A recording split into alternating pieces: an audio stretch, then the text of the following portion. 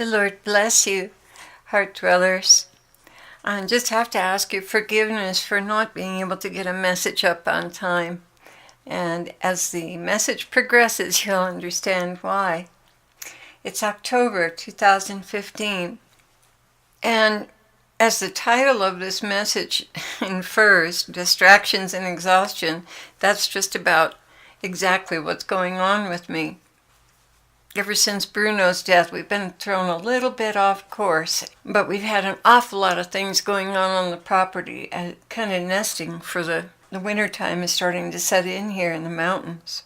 Last night when I was worshiping the Lord, I was dancing with him in the spirit, and I saw that we were both dressed in midnight blue with stars twinkling from within the fabric. I love the midnight sky with all its stars twinkling, especially when it gets really cold and they really twinkle. And I got the impression that we were dressed this way because we are now in the midnight hour. I just could not hear the Lord clearly last night because I was so exhausted. And that's why there was no message this morning.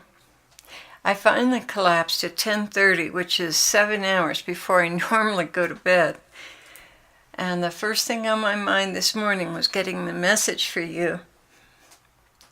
Again, during worship, I saw we were wearing midnight blue with the stars twinkling off the fabric. And after about an hour or so of worship, I started to droop and drift off again like I did last night. But Jesus began speaking, and he saved the day. He began, "You've had a rough few days, my love. Your choice to cut out all this distraction is a wise one. I sent a volunteer to do these things, not you anymore. I want you all to myself. Is that clear?" I answered him, "It feels right, Lord. The question is, do you want me all to yourself?" "You know I do, Lord." "I know, but your mind wanders. See, even now your mind is wandering."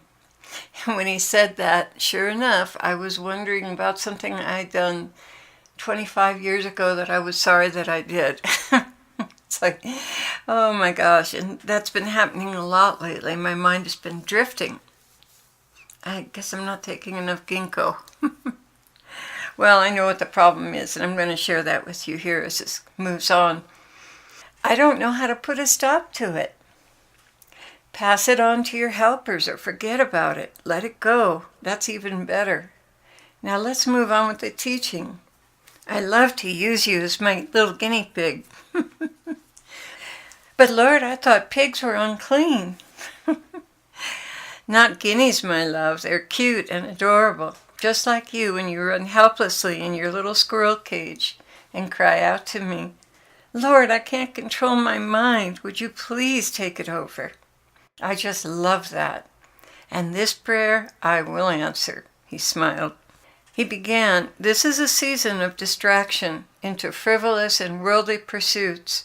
And as the rapture draws nearer, it becomes much more dangerous to let your mind stray.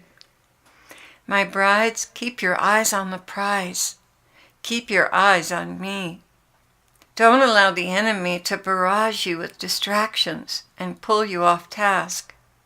You are far too dangerous to him, and he's seeking to disarm you through distractions and social obligations that have no bearing on holiness. If you follow after these things, it becomes a matter of what shall I wear, what shall I eat, where shall we meet, how can I make it festive, who should I invite, what should I tell them to wear, on and on and on, ad infinitum. While you pursue all these foolish things, I'm left to languish without the company of my most beloved bride. I need your attentions now more than ever. The world is still progressing into the tribulation, and the rapture is still on the horizon. Do you want to be caught unaware and perhaps be drawn so far away from me that your lamp goes out? Every year I go through this season of distraction with my beloved. Every year Satan plans attacks against the body that they are not watching for because of their own distractions.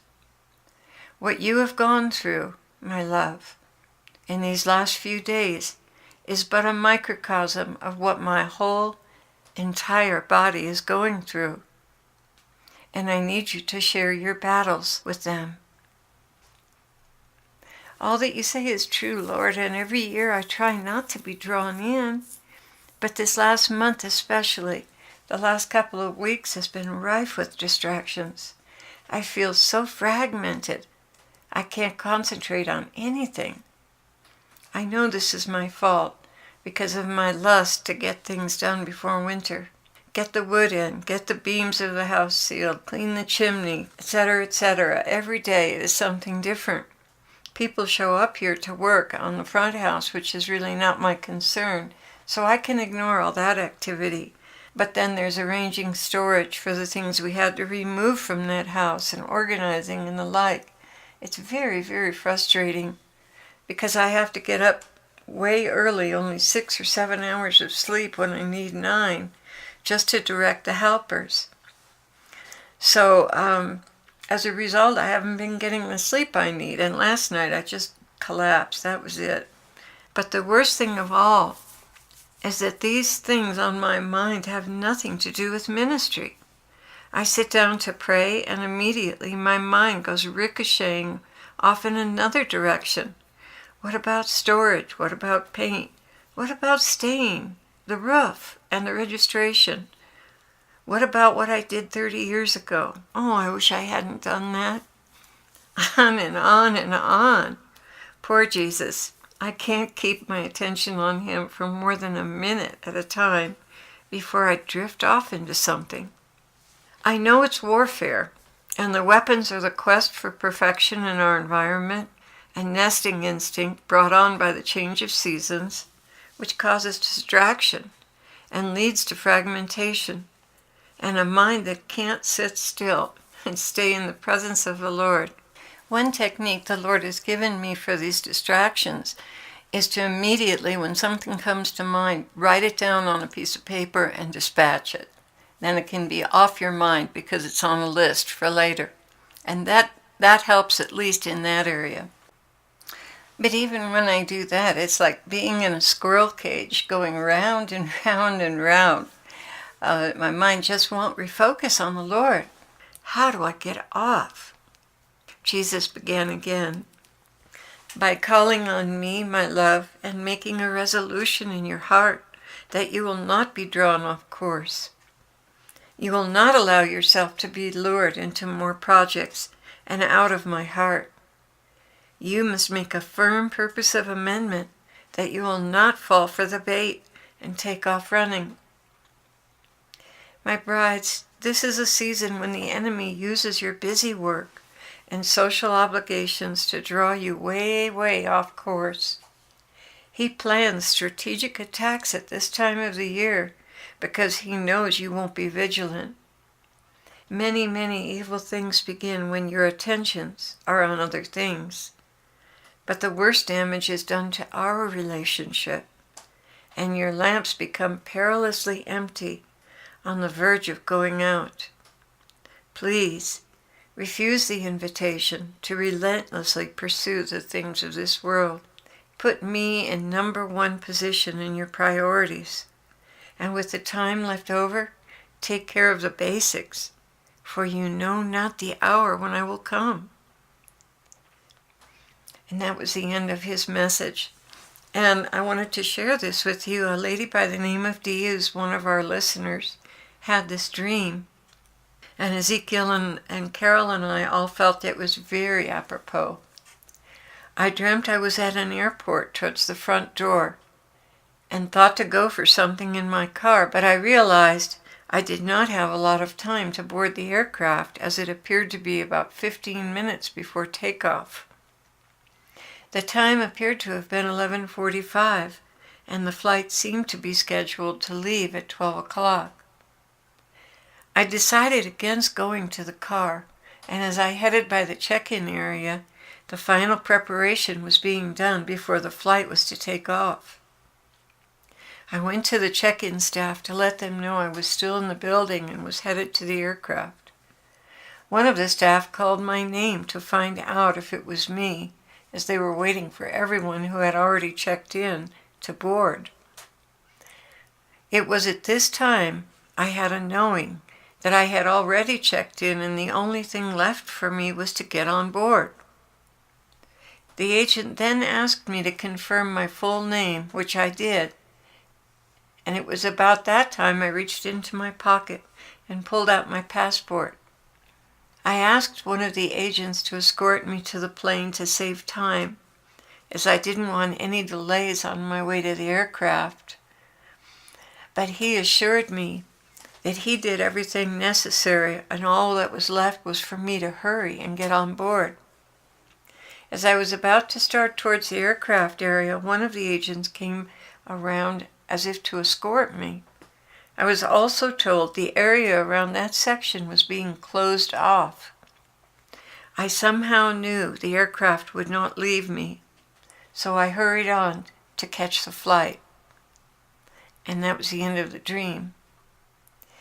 She continues here, I believe the Lord is telling us it's almost time to go, and for us not to get distracted, as there's no time to be distracted at this point, as Jesus is truly coming soon. And that was the end of her comment on her channel. Ezekiel, bless his holy heart, has been far more aware of my distractions than I have. He's truly brought me back to balance and gently pointed out that I was slipping into overactivity. In any case, you can see, guys, I need your prayers. I am just too blonde. I apologize to all of you for allowing things in our personal lives to curtail our ministry, because I think I've missed a couple of messages recently, and I feel badly about that, about letting you down. So please forgive me and keep me in your prayers. We really need them, especially for our new blog, which I haven't even been able to write yet. And thank you for caring for us and praying. It just about brought me to tears, the message I got this morning from Carol that everyone was really concerned for us, because we sent out an SOS last night. Ezekiel had a really hard night with one of his medical conditions, and it was all of your prayers that delivered us from having to go to the ER. It's my thought that we're under tremendous attack over here, and the enemy is trying to stop the messages. But greater is he that is in us than he that is in the world, and he's not going to succeed at that. Amen. Amen. So I just exhort all of you that as invitations to be distracted and taken off the Lord and to shorten your prayer times, as those invitations just seem to be piling up on you, be vigilant and understand that the devil is going to do everything he can to distract and exhaust you and get your mind off of God. And it's imperative that we stay focused on him right now and the things he's calling us to do. I love you all. God bless you so much for being on our channel. And again, thank you so much for your prayers.